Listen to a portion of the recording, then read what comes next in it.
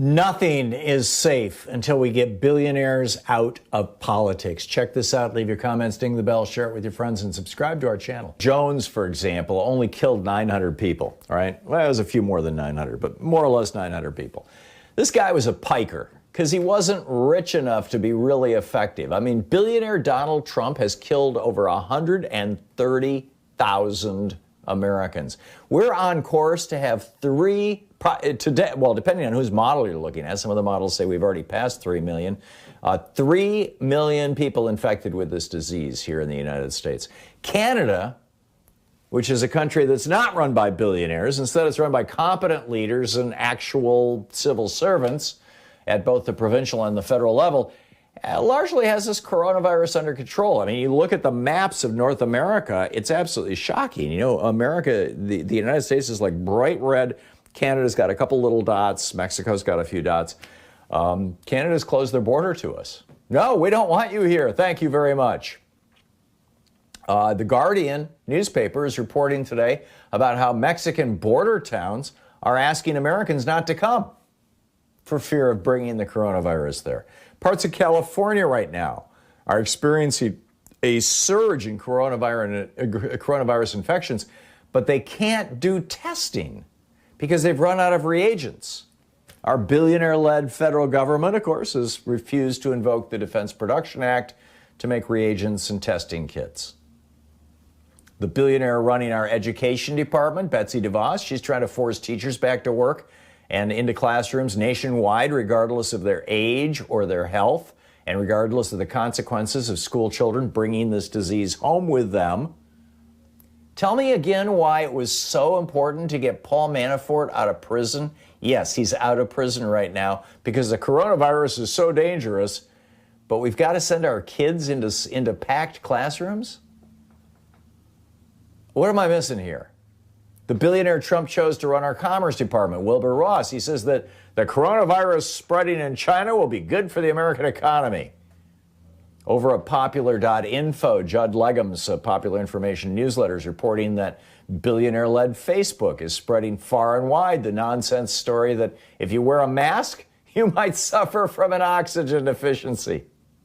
Honest to God. Billionaire Rupert Murdoch's Fox News is relentlessly promoting the defiance of reasonable public health measures, leading to an explosion of hospitalizations and deaths in those areas where Fox News is popular, particularly the South and the Southwest.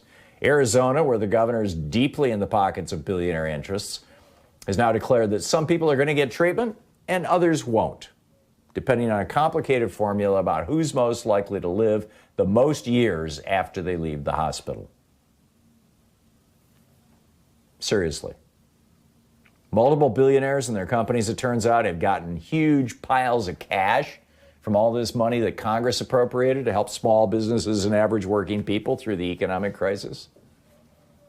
You know, back in 2000, when George W. Bush lost the election by 500,000 votes, but the Supreme Court put him in the White House anyway, the media was celebrating the fact that Bush and Dick Cheney were both oil industry executives. They talked about how a CEO presidency was going to be just what America needed.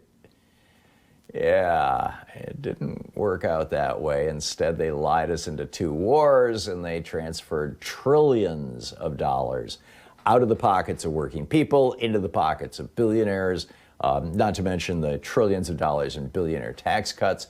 And with their torture policies and their war policies, they destroyed our reputation around the world and destroyed our credibility. And frankly, with the Patriot Act and all this other stuff, all this giant executive power grab to keep us safe from those evil Muslim terrorists, they set the stage for what Donald Trump is doing right now. But the bottom line here is that billionaires and the super rich have spent the last 40 years, ever since the Reagan Revolution, which we are still in right now. Billionaires and the super rich have been telling us that America will be wonderful if you just let super rich people run the country. Just let a billionaire run all the social media, make that all billionaire controlled, search engines billionaire controlled. Government, get a president as billionaire, get Get a Secretary of Education, a billionaire. Get a Secretary of Commerce, a billionaire. Find a few other billionaires to, down in Florida to run the Veterans Administration. Actually, they might just be multimillionaires to run the VA secretly out of Mar-a-Lago. Honest to God, that's going on. Google it. That's not called democracy. It's called oligarchy. And now we've seen 40 years of oligarchy. And how are we doing? Until we get money out of politics, until we can return competent leadership at all levels of our government and get this corrupting cash out of politics, Americans are going to continue to die in numbers, mind-boggling numbers. More Americans have died of coronavirus than have died in every war we've fought since 1946 combined. Korea, Vietnam, Libya, Syria, Iraq, Afghanistan, you name it. Grenada. Here we are. And make no mistake, this big con that these billionaires have been running since the Reagan Revolution is very intentional. Back the Pew organization started doing polling of trust in America. Do you trust your government to do the right thing? Was the simple question. And during the last years of the Eisenhower, they started this in 1958. The last 2 years of the Eisenhower administration, 58, 59, 60, the last 3 years, throughout the Kennedy presidency, through the 3 years of the Kennedy presidency, through the 5 years of the LBJ presidency, until the war in Vietnam started cranking up, it was around 75% of Americans said, yes, I trust my government to do the right thing.